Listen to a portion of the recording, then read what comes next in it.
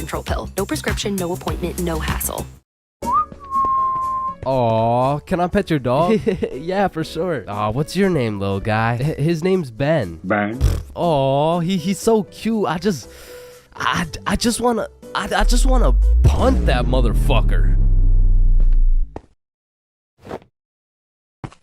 Man, these intrusive thoughts I be having make me wonder whether I belong in maximum security prison or not. Like, I don't even mean to, but the thoughts that pop into my head are so menacing that I can't even say this shit on YouTube, or this video will get taken down. Then I'll be canceled. Then my whole channel will get deleted. Then I'll be thrown into a psych ward, and then I'll be put on the fucking death penalty. Like, these thoughts that pop into my head are so alarming that they make me want to beat my own ass, bro. Hey, man, why'd you just sock yourself in the face? Oh, well, you see, I was about to push that unsuspecting toddler into the deep end for no apparent reason, so... Yo, this guy's about to assault a minor. Hey, you can't do that. Dude. But it's not like every single intrusive thought I have is bad enough to get me convicted. Like, whenever I'm walking across a bridge, I have to use every cell in my body to fight the urge of just tossing my phone into the water. Like, there is literally no benefit from doing that shit, but there's just something inside of me that would feel so much satisfaction with just seeing my phone dissipate into the water. You know, maybe you get that urge because it would just be satisfying to do some shit that's out of the box, some shit that nobody else would do, just to break the simulation a little bit. Cause I could be having the best day of my life. I could wake up, get the meanest pump in, hop in the shower, eat the most fire breakfast, and draw the most pristine stickmen I've ever drawn. But as I'm casually walking beside a bunch of cars that are going 65 miles an hour,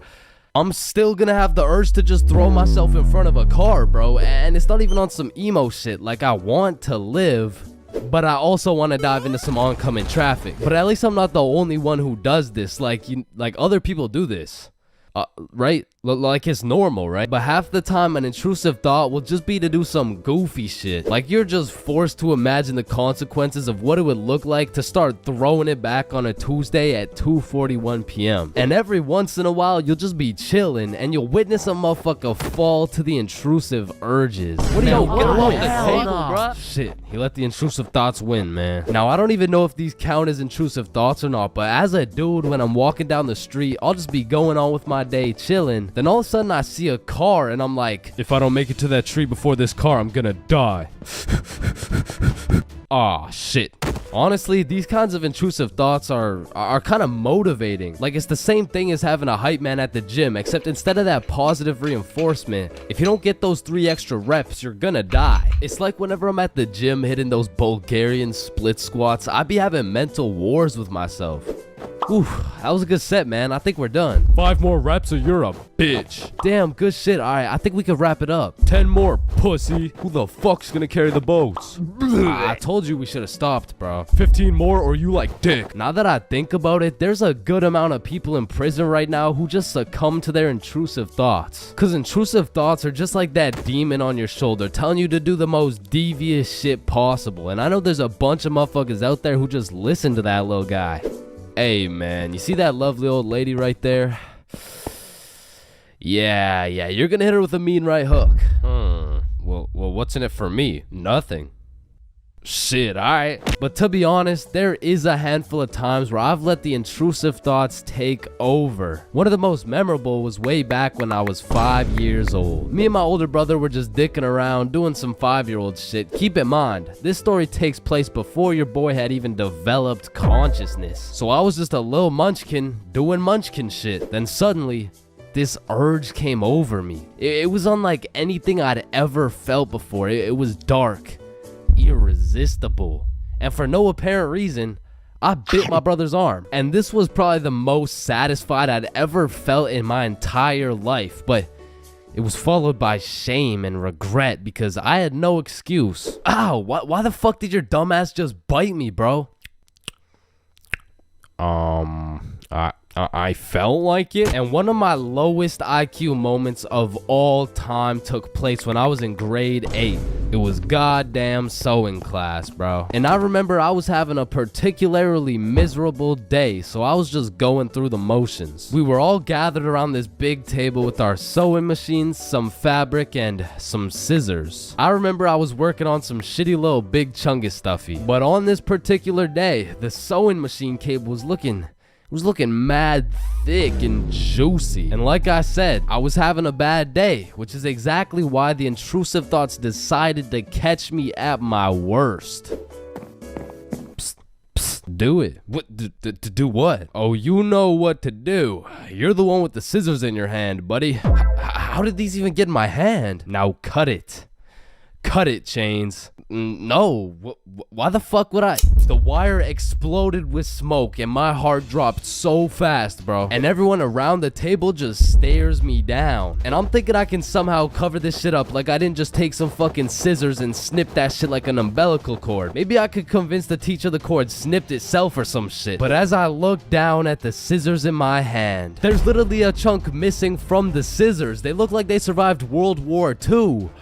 But barely. The scissors are all charred up and shit, and just like that, my plan of convincing her I didn't cut it went out the fucking window. You take one look at the cord, one look at the scissors, and one look at my dumbass face, and you could piece together exactly what happened. So my sewing teacher walks over looking pissed as hell, and she tells me to go sit in the corner. So I take my charred scissors and sit in the corner like I'm a 5-year-old, but to be fair, I made a 5-year-old decision like I was in grade 8. I was 14, bruh. What kind of 14-year-old cuts the cord to a sewing machine cause he felt like it? Like if my 14-year-old son did some shit like that, I would tell the kid I'm going to get some milk and I'm calling it quits. I would have to have another kid and try it all over again, cause that kid is going nowhere in life, man. So as I'm sitting in the corner realizing I'm a disappointment, it was one of those moments where you fucked up so bad you don't even feel any emotions. I was just sitting there straight faced like, well,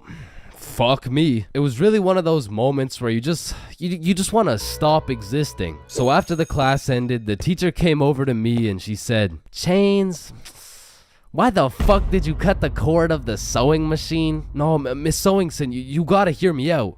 Okay, this better be good, Chains. The cord was looking mad juicy and the scissors just teleported into my hands. I don't even know. You did what?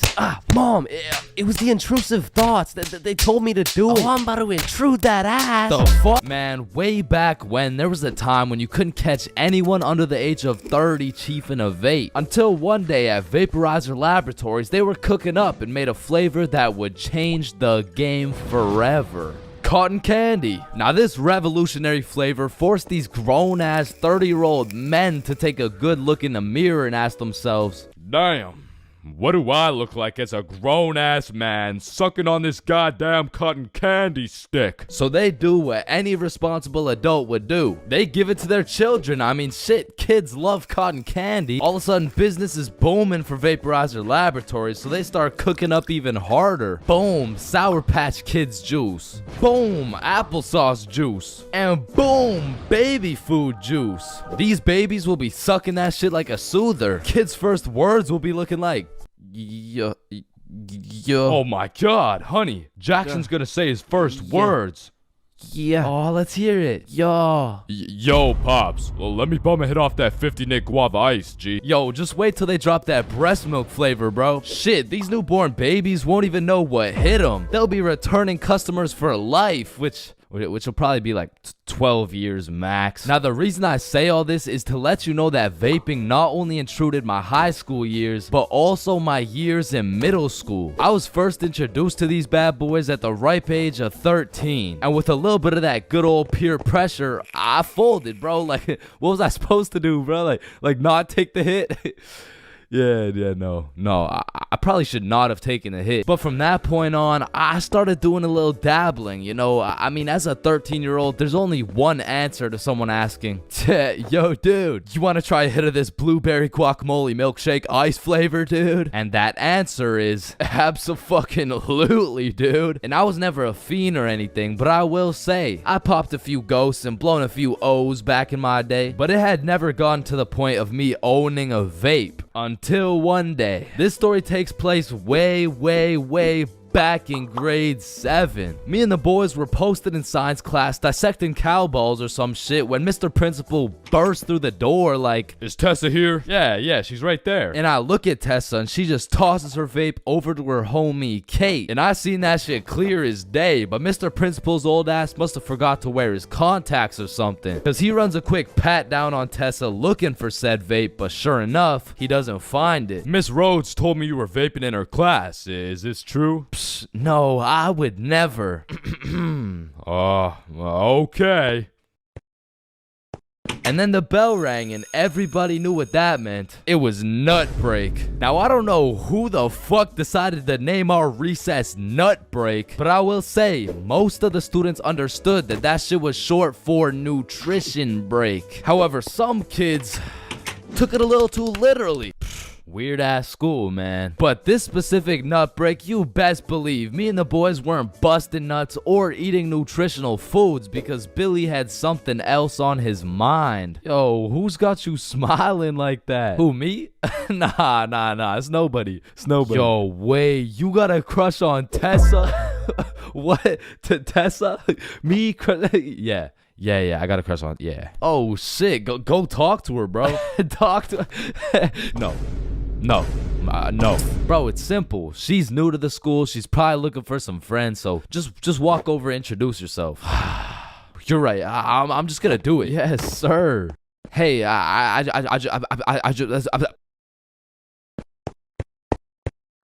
I just sell that shit? Yup. You did. Then the bell rings and we all go to PE class. Now in my middle school, your class was your class. You just have the same students and the same underqualified teacher teaching everything. Like, Lord knows Mr. Donaldson shouldn't be teaching PE, but shit. Here we are. And so while we're playing dodgeball, I'm trying to coach Billy on how to confess his love for Tessa, but I'm gonna keep it a buck. I was speaking straight out of my ass, bro. I don't know the first thing about confessing love. Listen, bro, I'm the expert when it comes to confessing love. All you gotta do is walk up with confidence, introduce yourself, and then ask her to be your girlfriend, bro. Okay, simple. Let's practice.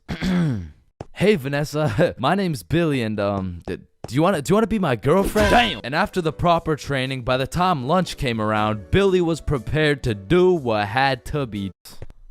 Hey, Vanessa. I'm back, and remember, the worst she can say is no, bro. Alright, listen, bro. Whatever happens out there, me and Bob got your back, and remember, the worst she can say is no, bro. Alright, I'm ready. You got this. Hey, Vanessa. I'm Billy. I seen you in science class today, and you were looking very pretty. And do you want to be my girlfriend? Fuck no. She laughed, bro. She laughed in Billy's face, and he walks back to us with tears in his eyes. She laughed at me, bro. Well, at least you know what they say. What? If you can make her laugh